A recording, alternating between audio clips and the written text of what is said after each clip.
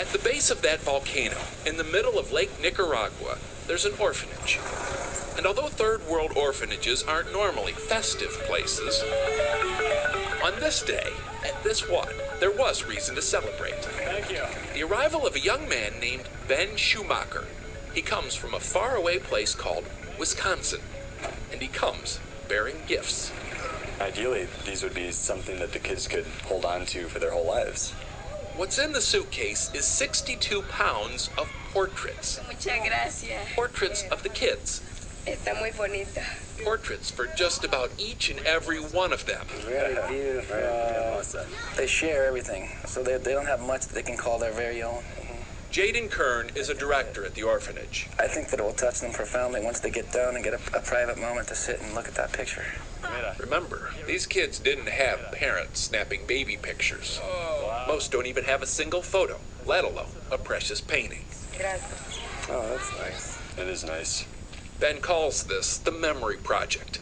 He started it in college and still runs it out of a bedroom at his parents' house in Madison. Honduras, Haiti. So far, he's given out more than 4,000 portraits Zimbabwe. to orphans around the world. And finally, Lebanon right there. Of course, Ben doesn't paint them all.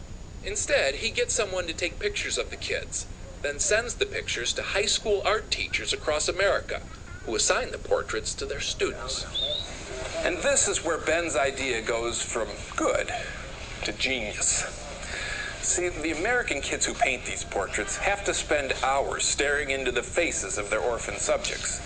And Ben says after working on them for so long, after painting the eyes especially, there's often a real connection.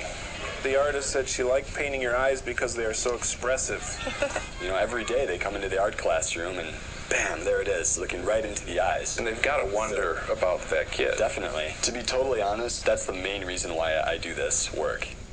Ben says for every portrait he gives out, there's a student back home who's now a little more aware of our needy world. That's the student right there who made it. That's why eventually he'd like to make his memory project part of every high school art class in the country. And if it can raise the net level of compassion in the world by that much, I'll be happy. Compassion. To Ben, that's a word worth 1,000 pictures. Steve Hartman, CBS News, Nicaragua.